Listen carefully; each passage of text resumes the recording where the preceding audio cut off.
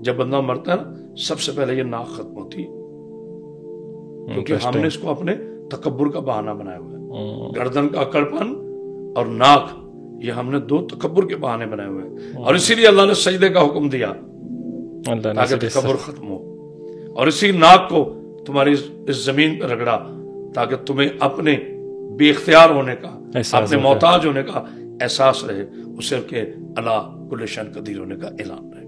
سبحان اللہ. اور یہ باقی باتیں جہاں تک ہیں علامہ صاحب نے بڑی خوبصورتی سے بیان کی. محبت کی باتیں، اگر آپ کو محبت میں کہنا لگتا ہے تو آپ ضرور کہیں. اس کے اندر کوئی بغض یا کوئی سوچ یا اس کے اندر ہڈن ایجنڈا، حکم رسول آ گیا، حکم رسول آ گیا، یا میرا ویوز نہیں رہا، میرے ریمارکس نہیں رہے، ویوز اور ریمارکس ختم ہو گئے کہ میں کہوں کہ نہ کہوں، ہاں کہوں یا نہ کہوں، تو ایسا نہ ہو جاؤں، ایسا نہ کہوں تو ایسا نہیں. بھائی آپ نے کہنا ہے، حکم رسول ہے، اور حکم رسول ہے. اور جسٹ ان کیس اگر نہ بھی کہیں تو اس کے اندر بھی اگر چھوٹی سی کوئی مینشن، تو اس کے اندر کوئی اختلاف تو نہیں، اگر نہیں کہتا کوئی تو حضرت علی کی اگر کوئی مینشن کرتا ہے. میں گزارش کروں، سوال یہ نہیں ہے انما اعمال بالنیات، ہر عمل کا دار و مدار یہ بہترین ہے، یہ بہتر جواب. اس لیے نہیں کہتا نہیں سمجھ گیا، کہیں نعوذ باللہ گنہگار نہ ہو جاؤں تو وہ واقعی گنہگار، تو واقعی گنہگار ہے، پھر تو ٹھیک ہے، پھر تو بات بالکل ٹھیک ہے. وہی محبت والی بات ہے کہ اگر محبت ہے اور احترام ہے تو پھر تو بات ہی ختم ہوگی. باقی تو علامہ صاحب نے بڑے خوبصورتی سے بیان کیا، اس کے اندر کوزے کے اندر بند کر دیا اس کو.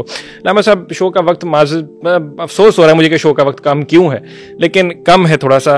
اور رمضان المبارک کے حوالے سے، مولا علی کے حوالے سے اگر ہم بات کر رہے ہیں تو ایسا ہو نہیں سکتا کہ ہم مولا علی کی شہادت کو، اس کا ذکر کیے بغیر اپنی اس پوڈ کاسٹ سے دور چلے جائیں. مطلب یہ ایک ایسی چیز ہے جس کو میں نے جیسے ہی مینشن بھی کیا تو عجیب سا کچھ ہوا. ماشاء اللہ، اللہ تعالیٰ آپ کو زندگی سے سلامتی عطا فرمائے. دیکھیے قرآن مجید کے ایک آیت قریب ہے، سورہ الرعد 13 سے 12 آخری آیت، قل کفی باللہ شہیدا بینی و بینکم ومن عندہ علم الکتاب. حبیبی اگر کافر تیری نبوت کو نہیں مانتے تو ان سے کہہ دو میری گواہی کے لیے کہ اللہ کافی ہے، اور ایک وہ کافی ہے جو کل کتاب کا عالم ہے. تو یہاں شہید سے مراد گواہ ہے. نبی پاک صلی اللہ علیہ وسلم کے ختم نبوت کے گواہ ہیں جناب علیہ السلام. مجھے بلکہ یاد بتایا، میں نے پیچھے سے پیچھے رمضان میں ایک پروگرام کیا سما ٹی وی پر، تو بلال قطب صاحب نے مجھے کہا جی مختصراً بتائیں کہ علیہ السلام کی شہادت کی وجہ. تو میں نے کہا رحم دلی اور عدل. رحم دلی اور عدل، جناب شہادت کی وجہ، شہادت کے پیچھے ان کا عدل اور ان کی رحم دلی وجہ بنی. اللہ، یعنی وہ علی کہ جو بھوکوں کو کھانا کھلاتا ہے، جو ایک نابینا کے لیے وقت کا حکمران ہو کر، خلیفہ ہو کر، امیر المومنین ہو کر اس کے لیے خود کھانا لے کے جاتا ہے. وہ علیہ السلام کے دروازے سے بغیر مذہب و ملت لوگ آتے ہیں، کھانا لے کے جاتے ہیں، اور وہ خود علی چھو کی روٹی استعمال کرتا ہے جس کو توڑتے ہوئے عام انسان کا انگوٹھا زخمی ہو جائے، جس پر حضرت علامہ اقبال نے بھی اشارہ کیا کہ کھاتا نان جویں ہے اور طاقت شیر خدا کی یہ ہے کہ در خیبر اکھاڑتا ہے. جناب علیہ السلام کی جو اپنی حیات طیبہ ہے، جو نہج البلاغہ ہے، اگر ہم اس کی نصیحتیں پڑھیں، خدا کی قسم جب میرے مولا کو ظلم لگتی ہے نا تو آپ جناب حسن علیہ السلام سے فرماتے ہیں، حسن بیٹا اللہ کے راستے میں نماز قائم رکھنا. قد قتل امیر المومنین کا نعرہ لگا کر امت میں کوئی قتال نہ ہو. اس نے مجھے ایک ہی ضرب ماری ہے، اسے ایک ہی ضرب مارنا، اگر یہ مر جائے تو ٹھیک، وگرنہ اللہ پہ چھوڑ دینا. یعنی جناب علیہ السلام کا زندگی میں یہ جو عبدالرحمن ابن ملجم ہے جو ظاہری قاتل ہے، اس کے پاس بہت سے قاتل پیچھے چھپے ہوئے تھے، یہود و نصارہ، خارجی. سب سے بڑی بات ہے کہ جو خارج تھے وہ جناب علیہ السلام کی جان کے بہتر پہ تھے، اور بہت سازشوں کے بعد اور پھر منتخب کیا گیا. آپ کی شہادت کا جو مقام ہے وہ مسجد ہی کیوں؟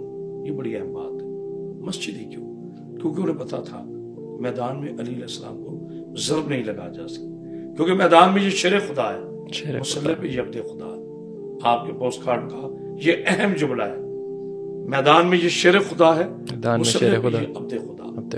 اور یہ ضرب عبد خدا کو لگی، یہ ضرب امیر المومنین کو لگی، یہ ضرب عدل کو لگی، عادل کو نہیں عدل کو لگی، یہ ضرب غریبوں کے مسیحا کو لگی، یہ ضرب علم کے دروازے کو لگی، یہ ضرب امت مسلمہ کے اتحاد کو پارک کرنے کے لیے لگی، یہ ضرب خلافت پہ لگی، یہ ضرب امامت پہ لگی، یہ ضرب اس وقت پہ لگی، یہ سرکار کے ضرب مارنے کی سازش تھی، عالم اسلام کے اتحاد میں لگی، کیونکہ بہت سی قوتیں نہیں چاہتی تھیں کہ علی عدالت میں موجود رہے، لیکن میرے نبی پاک صلی اللہ علیہ وآلہ وسلم کی ایک بڑی پیاری حدیث پاک کہ یا علی مجھ سے جتنی جنگیں ہوں گی وہ تنزیل قرآن پر ہوگی، تو اس سے جتنی جنگ ہوگی وہ تعویل قرآن پہ ہوگی، کیونکہ جناب علیہ السلام نے فرمایا تھا کون سی آیت کہاں پہ نازل ہوئی، کون سی خشکی پہ آئی، کون سی بری پہ آئی، کون سی مکہ میں نازل ہوئی، کون سی مدینہ میں نازل ہوئی، کون سی حجرے میں نازل ہوئی، کون سی مقام بدر پہ آئی،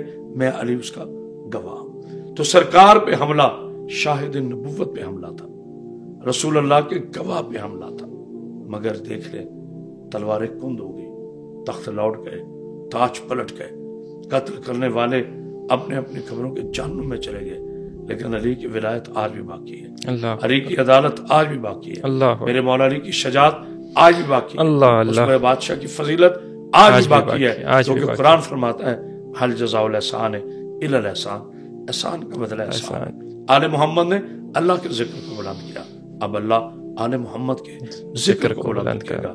مٹ گئے آل محمد کو مٹانے والے، اب بھی باقی ہیں محمد کے کھانے والے۔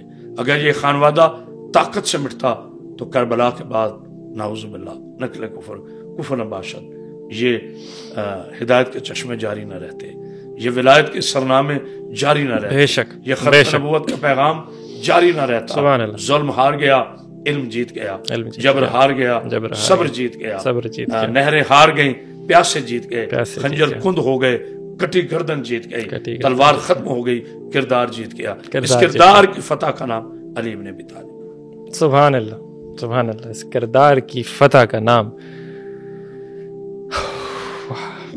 بس علی ابن ابی طالب۔ ختم ہو جاتی ہے سوچ، لفظ ختم ہو جاتے ہیں، اور یہ ایسا ایموشنل سینٹیمنٹل۔ علامہ صاحب بہت شکریہ آپ کے وقت کا، میری خواہش تو ہے کہ ہم اس کو کنٹینیو کریں، سنتے رہیں، صرف سنتے رہیں۔ سوچیں کہ آپ اندازہ لگائیں کہ آپ صرف آپ کی کیا ہی وہ ہستی ہو کہ جس کے بارے میں گفتگو ہو رہی ہے اور آپ صرف بیٹھے صرف سننا چاہتے ہو، آپ کہہ رہے بولتے جائیں، آپ بولتے جائیں۔ میں دعا کر رہا تھا کہ آپ خاموش نہ ہو، ایک لائن اور ایک لفظ اور ایک جملہ اور۔ یہ عشق ہے، اسی کو محبت کہتے ہیں، اسی کو عشق کہتے ہیں، اسی کو محبوبیت کہتے ہیں، کہ جس سے آپ کو محبت ہو اس کا ذکر سنتے سنتے یہ زندگی کٹ جائے۔ وہ ایک شاعر نے کہا نا، میں کیسے کہوں تجھ کو مولا کائنات، کائنات ہے چھوٹی تیرا نام بڑا ہے، تیرا نام بڑا ہے، کائنات ہے چھوٹی تیرا نام بڑا ہے، تیرا نام بہت بڑا ہے۔ امید کرتے ہیں آپ کو یہ ایپیسوڈ، یہ شو پسند آیا ہوگا، آپ کو سیکھنے کا موقع ملا ہوگا۔ کامنٹ سیکشن میں اپنی رائے سے ہمیں ضرور آگاہ کیجیے گا۔ علامہ کرامت عباس حیدری صاحب، آپ کا بہت بہت شکریہ، اپنے وقت نکالا۔ مجھے اسماعیل قاسم کو اجازت دیجیے، اپنا بہت سارا خیال رکھیے، اللہ حافظ۔